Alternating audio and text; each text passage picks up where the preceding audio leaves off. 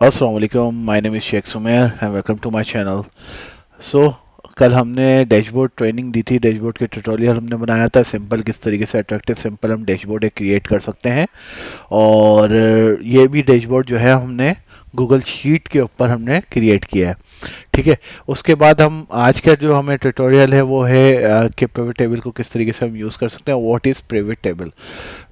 Actual pivot table होता क्या है? डेटा एनालाइजिंग टूल है, इजी टू हैंडल है, रिपोर्ट बिल्डिंग क्विक इमीडिएट और लार्ज डेटा स्केल को हम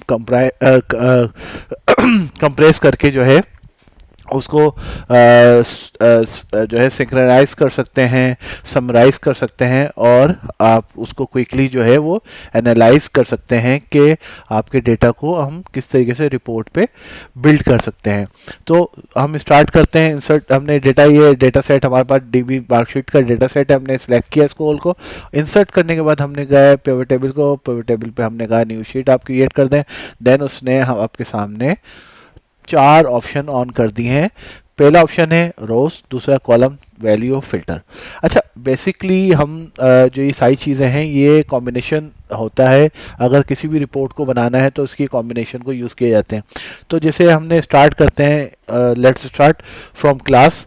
तो हमारे पास ऑप्शन है रो के अंदर हमने क्लास का पुट किया और फिल्टर के अंदर भी क्लास हमने पुट किया।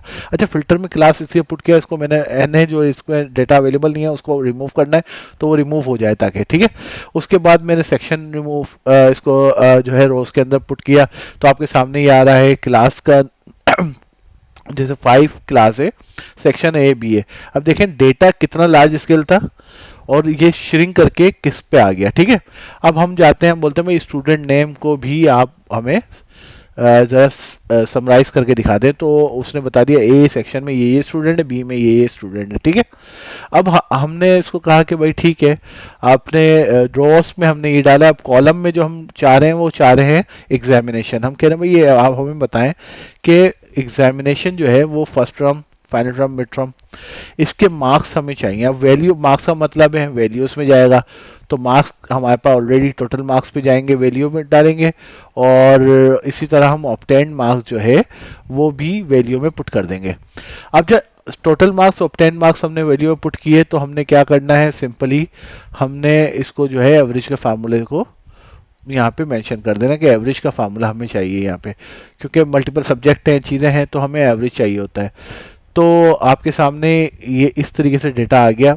इतना लार्ज स्केल डेटा शेयरिंग होके आपके सामने आ गया कि किस बच्चे के फर्स्ट टर्म में, फाइनल टर्म में और मिड टर्म में क्या क्या मार्क्स है और ग्रेड में क्या उसका फाइनल रिपोर्ट बन रही है। पूरी एक रिपोर्ट एनालाइज आपने क्विक इमीडिएट बेस पे कर ली।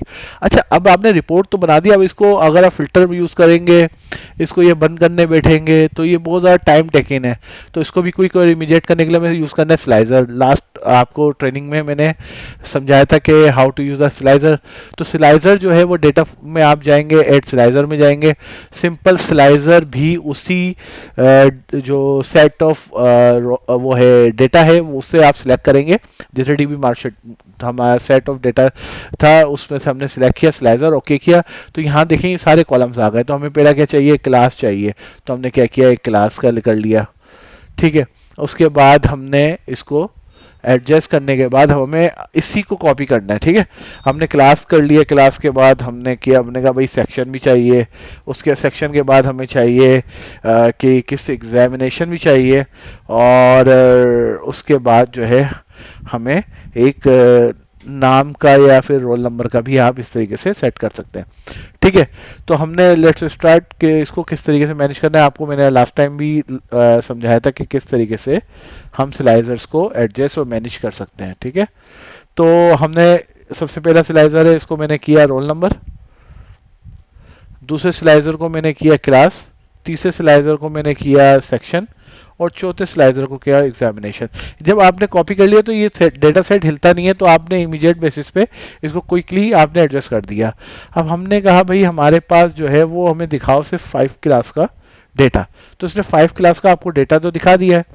अब 5 क्लास के डेटा में ये दिखा रहा है कि 5A में ये बच्चे, इनका ये रिजल्ट था, बी में ये बच्चे, इनका रिजल्ट ये था। इतना बड़ा डेटा सेट को तो श्रिंक करके लेके आ गया। हमने कहा नहीं, आप एक बात बताओ हमें, बी सेक्शन के अंदर डेटा सेट क्या है। तो उसने बताया बी सेक्शन में ये स्टूडेंट है, इनका फर्स्ट टर्म में ये रिजल्ट था, मिड में ये थे, फाइनल में ये थे, और ग्रेड इनका ये बन रहा है। ठीक है, तो आप इसी तरह आप गए भाई नहीं मुझे सिर्फ बताओ कि फाइनल टर्म में रिजल्ट क्या गया है और तमाम क्लासेस का बताओ मुझे। तो हमने तमाम क्लासेस का जो है वो बताने के लिए इसको सिलेक्ट ऑल किया और हमने कहा सिर्फ एक फाइनल टर्म का रिजल्ट बता दो। तो इसका सब टोटल ये आ रहा है, बी सेक्शन का ये सब टोटल आ रहा है, और इसका ग्रैंड टोटल ये आ रहा है।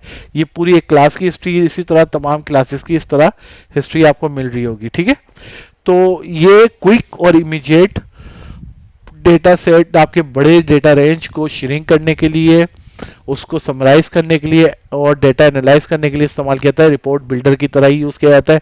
इसमें मल्टीपल फार्मूलाज ही नहीं यूज करना, आपको एक जस्ट आपको डेटा सेट बताना है और इमीडिएट एक रिपोर्ट आपके सामने क्रिएट हो जाएगी।